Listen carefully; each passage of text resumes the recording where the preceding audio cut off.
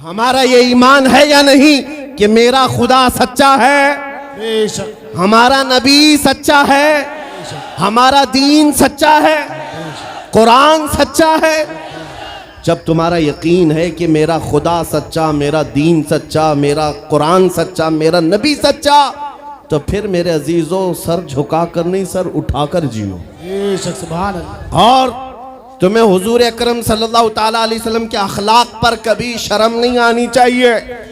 कोई टोपी पर, कोई दाढ़ी पर ताने मारता है तो उसको नजरअंदाज करो, इसलिए कि मरने के बाद इस कीड़े को मुंह नहीं दिखाना है, आमिना के लाल को मुंह दिखाना है। सुभान अल्लाह। ताना देता है तो देकर मर जाएगा। हमें फर्क नहीं पड़ता, हमारे लिबास से जलते हो तो और जलो, मरो, इसलिए कि जिसकी किस्मत में यहाँ भी जलना वहाँ भी जलना। और अल्हम्दुलिल्लाह सुन्नियों की किस्मत में यहाँ भी खुशियाँ हैं, वहाँ भी खुशियाँ। हम यहाँ पर हुजूर पाक का जिक्र कर रहे हैं और खुशहाल हैं, अल्हम्दुलिल्लाह खुशहाल हैं, इसलिए कि मुझे पता है हमारी हैसियत क्या है। खुशहाल हैं, आप भी हैं, हम हैं। ये छोटी मोटी शिकायतें तो सब करते हैं आप, कि बीमारी है, घर में खाना पानी नहीं है, धंधा नहीं चल रहा है, बिजनेस नहीं चल रहा है, सब लॉस में है, जॉब नहीं है, सब शिकायतें तुम्हारी है, हमें पता है। मेरे अजीजों, हम तो बार बार ये रोना रोते हैं, हम बड़ी कमजोर कौम हैं, हम बड़ी कमजोर कौम हैं, हम बड़ी कमजोर कौम हैं। लेकिन मीडिया के दज्जाली कुत्ते बार बार भौंक भौंक कर बताते हैं तुम कुछ हो, तुम कमजोर नहीं हो। 24 घंटे हम पर डिबेट होता है कि नहीं होता है? कुल मिलाकर हम पर ही डिबेट। अरे मियाँ, यहाँ तो इलेक्शन भी कैंपेनिंग के लिए हम हैं। हमारे मुद्दे को लेकर के ही सबको लड़ाना है, सबके दरमियान। मैं आपसे ये कहता हूँ, ये बातें यूं ही नहीं, वो बार बार तुम्हें भौंक कर बता रहे हैं तुम कुछ हो, लेकिन तुम कहते हो नहीं मैं कुछ नहीं हूं, हम कमजोर हैं। वो कहते हैं नहीं कमजोर नहीं, तुम कुछ हो। एक तरफ तो कहते हैं कुछ नहीं है, सब बिखरे हुए लोग हैं, पंचर पुत्र भी कहते हैं, लेकिन फिर हम उनसे कहते हैं मियाँ पंचर पुत्र है तो 24 घंटे डिबेट हम पर क्यों करते हो? डर किस बात का है? किस बात का डर है? क्या दूसरी और कौमें नहीं हैं जिसको निशाना बनाओगे? अरे 70 कौमें मौजूद हैं, लेकिन हमें पता है तुम्हारी आंखों में अगर कोई चुभता है तो गुलाम मुस्तफ़ा ही है, इसलिए कि उन्हें भी तारीख पता है। ये अगर निकल पड़े हैं सहरा से बगैर चप्पल के, पैबंद लगे कपड़ों से, तो कैसर और किसरा को भी धूल चटा सकते हैं। वह दुनिया की सुपर पावर ताकतों को घुटने टेकने पर मजबूर करने वाली कौम वो उमर बिन खत्ताब के शागिर्द थे, सहाबाए कराम थे। दुनिया को तारीख पता है कि ये जिस दिन पढ़ने लग गए खालिद बिन वलीद को, जिस दिन ये पढ़ने लग गए सलाहुद्दीन अय्यूबी को, जिस दिन इनको कोई कहने लग गया कि तुम्हारा कोई शिहाबुद्दीन गौरी भी था, तुम्हारा कोई औरंगजेब भी था, तो फिर ये मुर्दा और मुरझाई हुई कौम दोबारा उठने लग गई तो अच्छे अच्छों की नींद हराम हो सकती है। इसीलिए कहा जाता है मुसलमानों के मोहल्ले में नशा बांटो, मुसलमानों को नशा करवाओ, नशा बेचने वाले यही, नशा करने वाले यही, इसलिए कि ये जब तक नशा में रहेंगे हम सुकून से रहेंगे, और जिस दिन ये उठ गए तो दूसरों के सुकून के लाले पड़ जाएंगे। इसलिए मेरे अजीजों, मैं तुम्हें बेदार करने के लिए आया हूं और दुनिया की नजरों में खटकता रहूंगा, लेकिन मेरे पास जितना भी वक्त मौजूद है मैं खामोश नहीं रहूंगा इंशाअल्लाह अज़ीज़। कल को भी अगर मेरी फांसी हो जाए मुझे इस बात की परवाह नहीं है, दुनिया से जाएंगे। हमारे एक के मर जाने के बाद उन कुत्तों से कहता हूं कि इसको ये मत समझ लेना कि इस्लाम खत्म हो जाएगा, मुझ जैसे 1000 कट भी जाएं तब भी हम नारा यही लगाएंगे, इस्लाम जिंदा होता है हर करबला के बाद। नारे तकबीर, नारे रिसालत, शहंशाह खिताबत, शेरे हिंदुस्तान सलमान मुफ्ती सलमान हजारी साहब किबला। सुभान अल्लाह, सुभान अल्लाह। मेरे अजीजों, बात आज ईमान की है। मैंने आज तक किसी तकरीर में किसी को असलहा उठाने की बात नहीं की, मैंने कभी किसी को बंदूक, बारूद, चाकू, तलवार की बात नहीं की और ना ही हमें जरूरत है। मेरे अजीजों, हम तो चाहते हैं कि तुम इश्क रसूल का जामा पहन लो, हुजूर की मोहब्बत का लिबास पहन लो।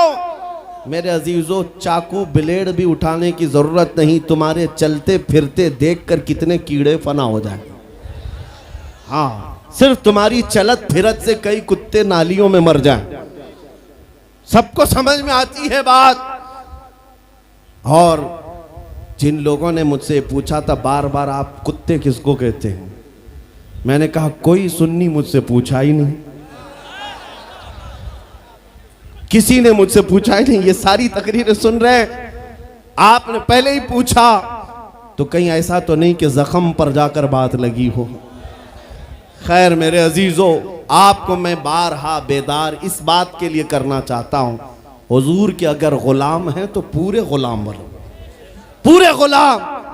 आज के दिन अगर एक नौजवान भी ये अहद कर लिया कि मैंने अपनी मर्जी से बहुत जिंदगी गुजारी है, अपनी लाइफ में बहुत इंजॉय किया है, लेकिन आज के दिन से ये तय करूंगा कि जीऊंगा तो मेरे नबी की मर्जी से जीऊंगा, जिसने भी तय कर लिया, मैं समझता हूं कि ये जलसा वसूल हो गया, हुजूर के कदमों में पहुंच गया।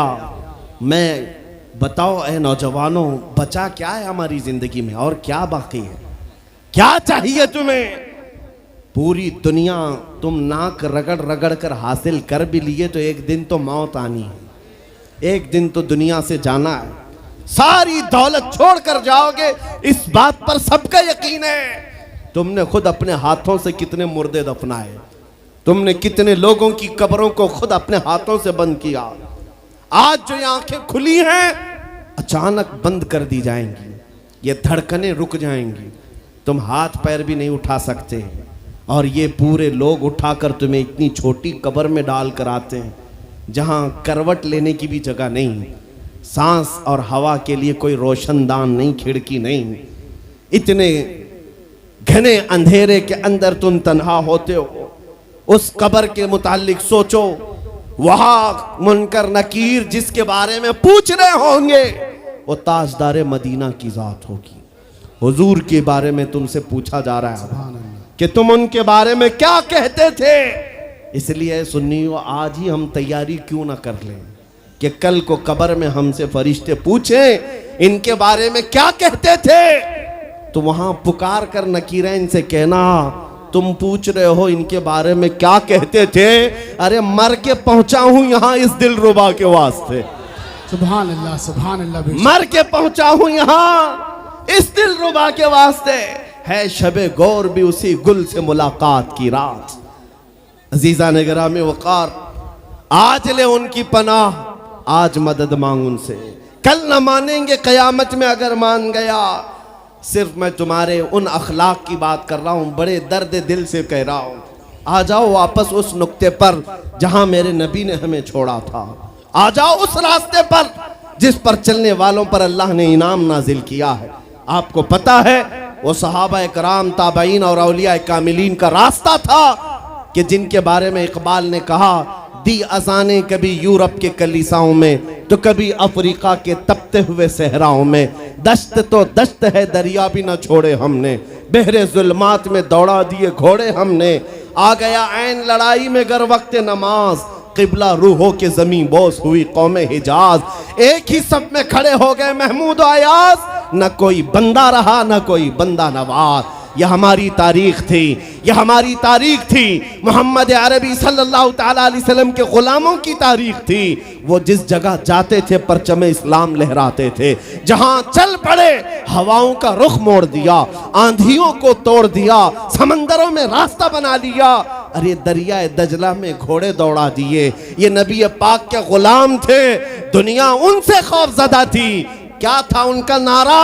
उनका नारा ये था, टल न सकते थे जंग में अगर अड़ जाते थे, पांव शेरों के मैदान से उखड़ जाते थे, अरे हक से सरकश हुआ कोई तो बिगड़ जाते थे, तेग क्या चीज है हम तोप से भी लड़ जाते थे। नारे तकबीर, नारे रिसालत, देखो देखो कौन आया, देखो देखो कौन आया।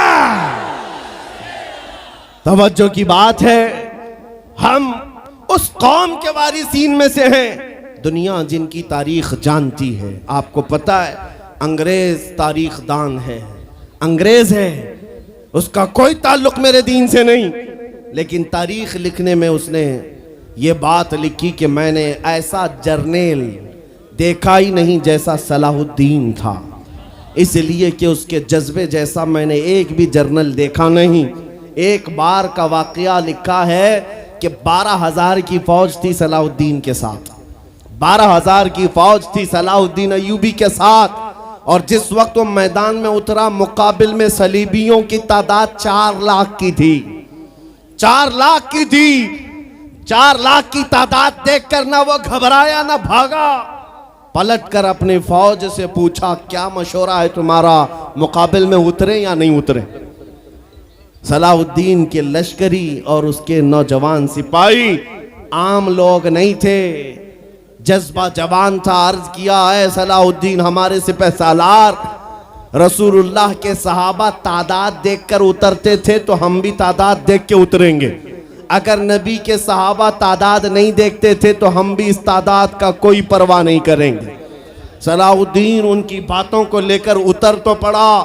तारीख लिखने वाला अंग्रेज आदमी है, कहता है मुकाबला कर लेना और बात होती है, लेकिन 4 लाख को तितर बितर करके रख देना तारीख की अलग बात होती है। सलाहुद्दीन के इस कारनामे के बाद वो अंग्रेज तारीखदान कहता है हमारे इलाकों में हाल ये हो गया था, हमारे यहाँ की माएँ अपने बच्चों को थपकियां देकर सुलाती थी और ये कहती थी कि बेटा सो जा नहीं तो सलाहुद्दीन आ जाए। सुभान अल्लाह, सुभान अल्लाह। ये मैं इसलिए बातें अर्ज कर रहा हूँ कि सलाहुद्दीन अय्यूबी की ताकत वो उनकी अपनी बॉडी की ताकत नहीं थी, वो ना ही किसी जगह से वर्जिश करके हासिल की हुई ताकत थी।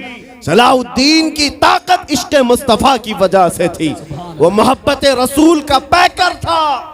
हमने तारीख में उन जवानों को देखा है जिन्होंने तारीख उलट करके रख दिया है, जिन्होंने जमीन में एक अलग परचम लहरा कर रख दिया है। आपको पता है इसी हिंदुस्तान की सरजमीन पर सबसे पहला 10,000 का लश्कर लेकर आने वाला एक जवान अरब से सबसे पहले आने वाला मोहम्मद बिन कासिम सिर्फ 19 साल की उम्र में आया था। 19 साल की उम्र में आया था। किस लिए आया था? माल लूटने नहीं आया था, यहाँ जगह कब्जा करने नहीं आया था। जैसे आज तारीख तोड़ मरोड़ करके बताई जा रही है, जितने बादशाह आए सब आक्रमण किए, सारे लोग यहाँ लूटपाट करने आए थे, ये तारीख तोड़ मरोड़ कर बयान की जाती है। मेरे अजीजों इस पर फिर कभी गुफ्तगू करेंगे, लेकिन मोहम्मद बिन कासिम क्यों आया था? इलाहाबाद के एक पंडित हैं, उन्होंने खुद लिखा है, मैं अपनी बात नहीं पंडित जी की बात कह रहा हूँ। उस वक्त हालात ऐसे हो गए थे कि चंद औरतें, मुसलमान औरतें जो श्रीलंका की सरजमीन से हज के लिए जा रही थी, उस वक्त राजा दाबिर सिंह उसके कुछ गुंडों ने इन औरतों को पकड़ लिया, उनकी इज्जत लूटी, उनका माल लूटा, उनको कैदी बनाया। उन औरतों ने उस वक्त पुकार कर कहा था कि कोई है जो हमारी इज्जत बचाएगा। कोई तिजारत करने वाला बाहर से आया हुआ ताजिर बात सुन करके अरब गया।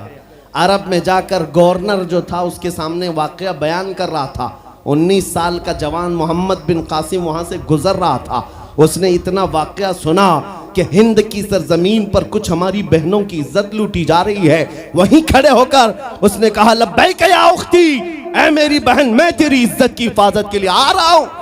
वहां से पुकारा अपने चचा जो गवर्नर था उस वक्त, उससे 10,000 का लश्कर लेकर के सबसे पहले यहाँ आने वाला मोहम्मद बिन कासिम किस लिए आया था? माल लूटने के लिए नहीं, औरतों की इज्जत बचाने के लिए आया था। हिंदुस्तान की सरजमीन पर कदम रखा और उसके बाद सामने मुकाबिल में फौरन जंग के लिए नहीं आया। कहा कि जिन औरतों को कैदी बनाया वो छोड़ दो, जो हज के लिए जा रही थी उन्हें आजाद कर दो, और दूसरी बात जिन्होंने गुंडागर्दी की है उन्हें पकड़ो और जेल में डालो। राजा को घमंड था, उसने इनकार किया तो मोहम्मद बिन कासिम ने कहा चलो आओ मोहम्मद अरबी के शेरों से मुकाबला हो जाए। 3 दिन का मुकाबला हुआ था, न राजा बचा न बाजा बचा, सारे हजारे इधर से उधर हो गए और मोहम्मद बिन कासिम का परचम लहराया। मेरे अजीजों, औरतों की इज्जत का मुहाफिज 19 साल का जवान था जिसने आते ही औरतों की इज्जत भी बचाई और मेरे दीन का परचम भी लहराया। मैं आज पूछता हूं हमारी उम्रें कितनी हो गई? कई जवान 25 साल 30 साल क्रॉस कर चुके। आज बहुत सारी औरतों की इज्जतें जब लूटी जाती हैं, तुम तो मोबाइल में देख देख करके शेयर कर देते हो, वीडियो इधर से उधर फैला देते हो और उसके बाद समझते हो हम बहुत बड़ा काम कर रहे हैं। हर कोई यही कहता है सबको शेयर करो, सबको शेयर करो, काय के लिए शेयर करो? मेरे अजीजों, ये कौन सी जंग लड़ रहे हो? व्हाट्सएप मोबाइल की जंग लड़ रहे हो? तुम्हारे अंदर अगर गैरत बाकी है तो मेरे अजीजों, किसी की इज्जत लुटते हुए देखकर तुम तमाशा नहीं कर सकते। ईमान बेदार करो, ईमान बेदार करो। ये आज हालात क्यों आए? इमाम गजाली की एक बात मैं सुनाता हूं। बहुत सालों पहले उस इमाम ने कहा था, 1000 साल पहले तकरीबन, उस इमाम ने कहा था जब इस उम्मत के सामने उनके रसूल की तौहीन हो रही हो और उम्मत खामोश बैठी रहे तो चंद दिन इंतजार करें, इनकी माँ और बहनों को बाजार में लाकर नीलाम किया जाएगा, इनकी माँ और बहनों की इज्जत लूटी जाएगी और ये कुछ ना कर सकेंगे, इनके बच्चों को मारा जाएगा और ये कुछ ना कर सकेंगे। मैं आज महसूस कर रहा हूँ हुजूर की गुस्ताखी पर और तौहीन पर खामोश रहने का नतीजा ये है कि अब हमारे घर भी सलामत नहीं रहेंगे। लोग आज चीख रहे हैं, मस्जिदें वीरान हो गई, मस्जिदें टूट रही हैं, खानकाहें टूट रही हैं, न जाने कितने मज़ारात बिल्डोजर से ख़त्म किए जा रहे हैं। ये तमाम बातें अपनी जगह पर। मैं आपसे पूछता हूँ, जाने ईमान रसूलुल्लाह की इज्जत बाकी नहीं रही तो फिर कुछ भी बाकी नहीं रहा। वो जो न हो तो कुछ न हो, वो जो न थे तो कुछ न था। जान है वो जहान की और जान है तो जहान है। आपसे मैं यही कहना चाहता हूं, सीरियस हो जाओ, हसास हो जाओ। हंसी मजाक गलछड़े ये लतीफे लोगों के दरमियान अय्याशियां खत्म कर डालो। आज हर एक के घर से धुआं उठ रहा है और लोग अभी खुशियां और तमाशा देखने में मसरूफ हैं। आज पूरी दुनिया में जो तमाशा है आप नहीं अंदाजा कर सकते। फिलिस्तीन के बच्चों के साथ खून की होली खेली जाती है। हमने इराक में देखा है चंद साल पहले जहां मैदान में खेला करते थे लोग, आज वो मैदान कब्रों से भर चुका है, कब्रों से भर चुका है। इतनी मौतें होती हैं कि जनाजा उठाने के लिए लोग नहीं होते, जनाजा उठाने के लिए लोग नहीं होते। ये तमाम हालात क्यों पैदा हुए?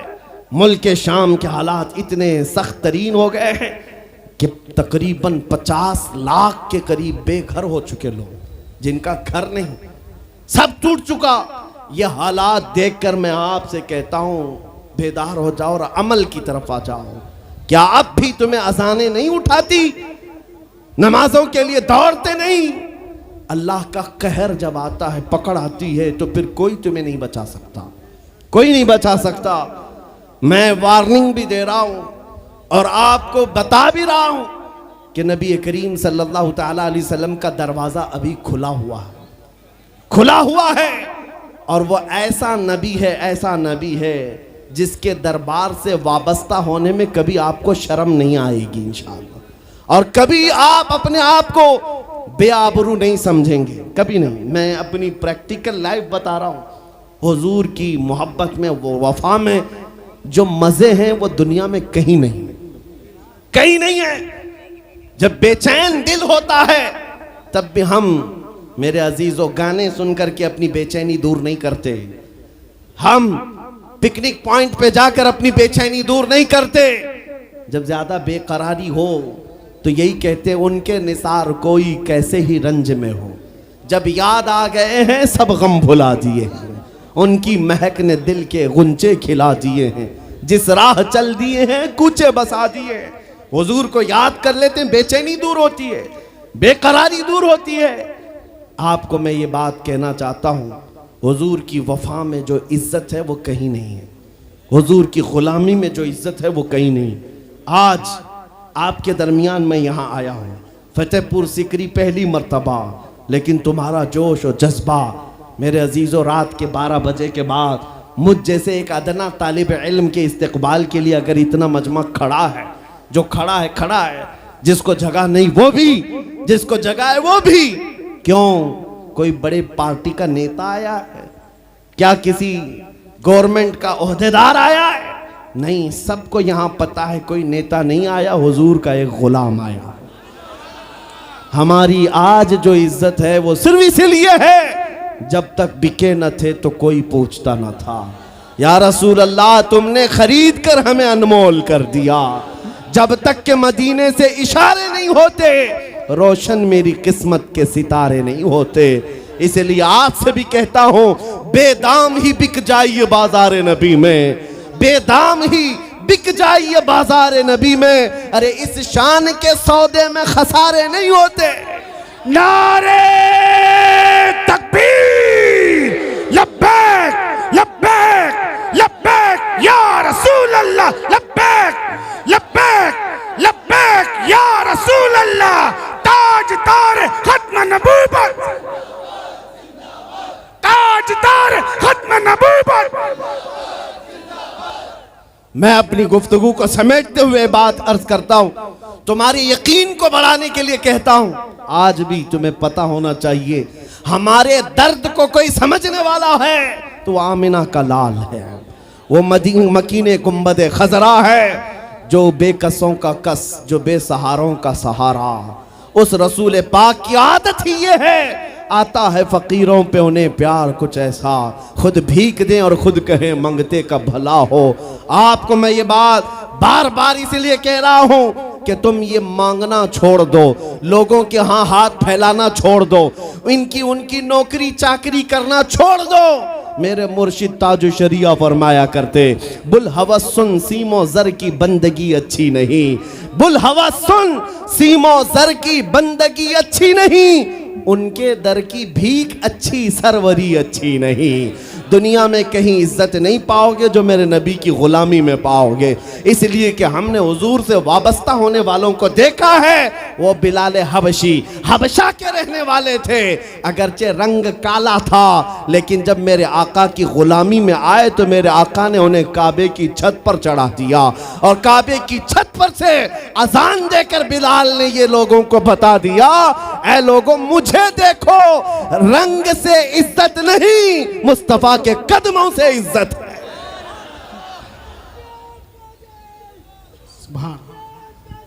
अजीजा ने ग्राम वकार, तवज्जो चाहता हूं, हुजूर की गुलामी में जो इज्जत है वो हमने देखी है।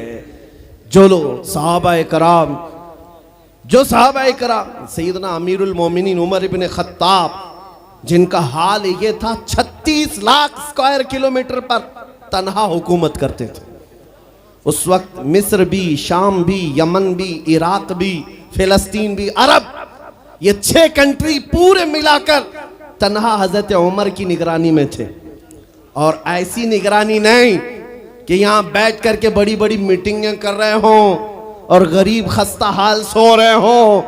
उस खलीफा इस्लाम का हाल ये था, वो मदीने में बैठकर खिलाफत कर रहा था, और बड़ी दूर एक औरत अपनी बेटी से कह रही है कि आज थोड़ा दूध में पानी मिला ले। बेटी कहती नहीं, खलीफा उमर बिन खत्ताब की खिलाफत है, उमर इब्न खत्ताब की खिलाफत है। घरों में तक उमर इब्न खत्ताब की निगरानी थी। ये कौन? उमर इब्न खत्ताब रज़ियल्लाहु ताला अन्हु, जिन्होंने लोगों का खून चूस करके हुकूमत की कुर्सी नहीं बिठाई। और दूसरी बात ये भी कि वो उमर सादा जिंदगी गुजारने वाले, उनकी सिक्योरिटी भी ऐसी नहीं थी कि रोल्स रॉयस लगी हुई हो, काली गाड़ियां आगे पीछे घूमती हों। मेरे अजीजों, उस उमर इब्न खत्ताब की बात कर रहा हूं। जब बैतुल मुक़द्दस फतह हो गया तो वहां से हजरत अबू उबैदा बिन जर्राह ने खत लिख करके भेजा कि लोगों की ख्वाहिश है उमर इब्न खत्ताब आप तशरीफ लाएं, बैतुल मुक़द्दस की चाबी आपके हाथ में दी जाएगी, आप तशरीफ लाएं। तो उमर इब्न खत्ताब रज़ियल्लाहु ताला अन्हु मदीने से चल पड़े। अपना एक गुलाम लेकर के, लेकिन गुलाम और खुद होने के बाद एक ही घोड़ा था। तय ये कर लिया गुलाम के साथ कि 1 मील मैं बैठूंगा तू चलेगा और दूसरे मील तू बैठेगा मैं चलूंगा। ये शान उमर इब्न खत्ताब रज़ी अल्लाह ताला अन्हु की। मैं क्यों कह रहा हूं अभी बताता हूं। और इस तरह से सफर कटता रहा। 1 मील खुद बैठते, 1 मील गुलाम बैठता था, क्योंकि उनके अदल के सामने किसी की नहीं चलती। फिर जब इत्तेफाक ऐसा है बैतुल मुक़द्दस करीब आया, लोग सब देखने के लिए बाहर आए, लेकिन घोड़े पर बैठने की बारी गुलाम की थी और आपकी चलने की थी। बारी बारी है, गुलाम बैठा हुआ आ रहा है और खलीफा वक्त रस्सी पकड़ा हुआ आ रहा है। लोग दौड़े दौड़े आए, फिलिस्तीन के अमीरुल मोमिनीन कहकर नारा लगा रहे थे। तो जो मौजूद सहाबा थे उन्होंने बताया ये घोड़े पर बैठा हुआ अमीरुल मोमिनीन नहीं है, ये घोड़े की रस्सी पकड़कर जो आ रहा है वो अमीरुल मोमिनीन है। ईसाइयों ने पहली मर्तबा देख करके पूछा था, ए मुसलमानों क्या तुम्हारा बादशाह ऐसा भी होता है? उस वक्त सहाबा ने कहा पहली बात तो हमारे यहाँ बादशाह होता ही नहीं, बादशाह नहीं होता। और उनकी ये जिंदगी मैं इसलिए बता रहा हूं। फिर ईसाइयों ने कहा अगर ये घोड़े की रस्सी पकड़कर चलता है तो इसके डर से कैसर और किसरा क्यों कांप रहे हैं? इसके डर से पूरा ईरान, पूरा रोम कांप रहा है। आखिर कौन सी ताकत है इस उमर के अंदर? ये तो रस्सी पकड़कर घोड़े लेकर चल रहा है। तब जानते हो मेरे अजीजों, उमर इब्न खत्ताब रज़ी अल्लाह ताला अन्हु ने लोगों को जमा करके बताया, ऐ लोगों सुनो, मेरी हैसियत सिर्फ इतनी थी, मैं खत्ताब का बेटा उमर, बचपन में 2 बकरियां मुझसे नहीं संभाली जाती और मेरे बाप मुझे हर दिन मारते थे, बकरियां नहीं संभालनी आती। लेकिन आज गौर से देखो, आंख खोलकर, वही खत्ताब का बेटा उमर है। 36 लाख स्क्वायर किलोमीटर पर तन्हा हुकूमत करता है। इसलिए नहीं कि खत्ताब का बेटा उमर है, इसलिए कि मोहम्मद अरबी का गुलाम उमर है। नारे तकबीर, नारे रिसालत, मरहबा या मुस्तफा, मरहबा या मुस्तफा। अजीजा ने गिरामी औकार, मैं आपको कई मिसालों से बता सकता हूं। इज्जत सहाबा ने रसूलुल्लाह के कदमों से पाई है, इज्जत नबी पाक के कदमों से पाई है। आज जिस जलसे में जाएं, आला हजरत, अभी अगर मैं पूछूं अरे भैया लीड खींच रही है भैया, स्टेज पे से नीचे आया, फालतू लोग सब लीड खराब हो रही है, वो खींच के। अरे भैया फालतू लोग नीचे आ जाए, इतने लोग बैठने से कोई फायदा नहीं है, पूरी लीड खींची जा रही है माइकों की।